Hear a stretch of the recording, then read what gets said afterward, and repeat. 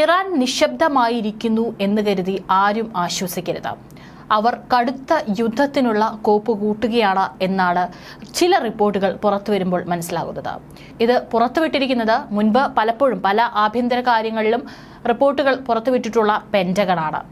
ഇപ്പോൾ ഇറാന്റെയും അവരുടെ സഖ്യകക്ഷികളുടെയും ഭീഷണി ഇസ്രായേലിന് മുകളിൽ ഇപ്പോഴും നിലനിൽക്കുന്നുണ്ടെന്നാണ് പെന്റഗൺ റിപ്പോർട്ടിൽ പുറത്തുവിട്ടിരിക്കുന്നത്. ഹിസ്ബുള്ള കമാൻഡറെ വധിച്ചതിന് പകരമായി ഭീകര സംഘടന ഇസ്രായേലിലേക്ക് 100 കണക്കിന് റോക്കറ്റുകൾ വിക്ഷേപിച്ചിരുന്നു.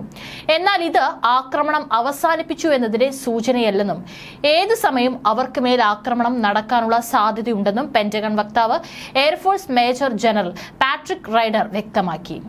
ഇറാന്റെ നേതാക്കൾ നടത്തുന്ന പരസ്യ പ്രതികരണങ്ങൾ ആക്രമണം തുടരുമെന്ന സാധ്യതയിലേക്കാണ് വിരൽ ചൂണ്ടുന്നത്.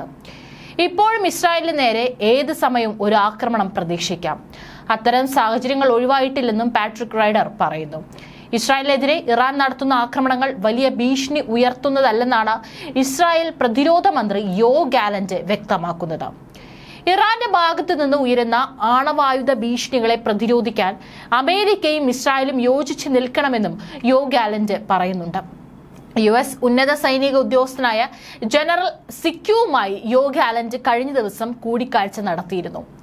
ഹിസ്ബുള്ളക്കെതിരായ ആക്രമണം തുടരുമെന്ന് Israel military chief of general staff Herzi Halevi US joint chief of staff chairman ബ്രൗൺസിനെ അറിയിച്ചിട്ടുണ്ട്. ഹിസ്ബുള്ളയുടെ കൂടുതൽ കമാൻഡർമാരെ ഇല്ലാതാക്കുമെന്നും ഇസ്രായേലിന്റെ വടക്കൻ മേഖലയിൽ തുടരുന്നവരെ സുരക്ഷിത സ്ഥാനത്തേക്ക് മാറ്റുമെന്നും ഹലേവി അറിയിച്ചു. ഇതിനോടകം തന്നെ ഹിസ്ബുള്ളയുടെ പല തലവന്മാരെയും ഇസ്രായേൽ വകവരുത്തി കഴിഞ്ഞു. ഇനിയും അത് തുടരുമെന്ന് തന്നെയാണ് ഇസ്രായേൽ അറിയിച്ചിരിക്കുന്നത്. ഈ പ്രദേശം കേന്ദ്രീകരിച്ചാണ് ഹിസ്ബുള്ള ഭീകരർ പ്രധാനമായി ആക്രമണം നടത്തുന്നത്. കഴിഞ്ഞ ദിവസം ഉണ്ടായ മിസൈൽ ആക്രമണത്തിൽ ലെബനനിൽ 3 പേരും ഇസ്രായേലിൽ ഒരാളും മരിച്ചിരുന്നു. പിന്നാലെ ആക്രമണം താൽക്കാലികമായി നിർത്തിവെക്കാൻ ഇരുപക്ഷവും തീരുമാനിച്ചിരുന്നു. എന്നാൽ വരും ദിവസങ്ങളിൽ ശക്തമായ രീതിയിൽ പ്രതികരിക്കുമെന്നാണ് ഇരുകൂട്ടരും പറയുന്നത്. യുദ്ധത്തിന് വിരാമമിടാനായിട്ട് അമേരിക്കൻ നേതൃത്വത്തിൽ നടന്നുവരുന്ന ശ്രമങ്ങളെല്ലാം തന്നെ അതുപോലെ തന്നെ നിലനിൽക്കുകയാണ്. യുദ്ധം കൂടുതൽ വിപുലപ്പെടുത്താനുള്ള ഇസ്രായേൽ ദുർമോഹത്തിന്റെ സൂചനകൾ നേരത്തെ പ്രകടമായതാണ്. മേഖലയിൽ തീയാളിയാൽ അത് ഇസ്രായേലിനെ മാത്രമല്ല അമേരിക്ക അടക്കമുള്ള പശ്ചാത്തല ശക്തികളെ കൂടി ബാധിക്കുമെന്ന തിരിച്ചറിവും യുദ്ധവിരാമ ചർച്ചകൾ തകൃതിയായി നടക്കുന്നതിന് പിന്നിലുണ്ട്.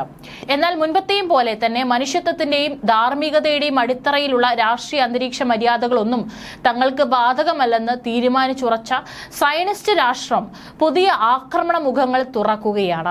അതിന്റെ ഒടുവിലെ ഉദാഹരണമാണ് ഞായറാഴ്ച പുലർച്ചെ ദക്ഷിണ ലെബനാനിൽ ഇസ്രായേൽ നടത്തിയ ശക്തമായ ബോംബിംഗ്.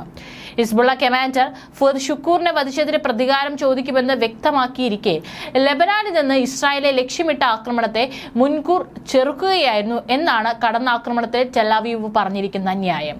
ഏതായാലും പെന്റഗൺ മുന്നറിയിപ്പ് മുന്നിലുണ്ട്. ഏത് നിമിഷം വേണമെങ്കിലും ഇറാന്റെ ഭാഗത്തു നിന്ന് ഒരു ശക്തമായ അതിക്രമം ഉണ്ടാകാനുള്ള എല്ലാ സാധ്യതയും മുൻപിലുണ്ട്.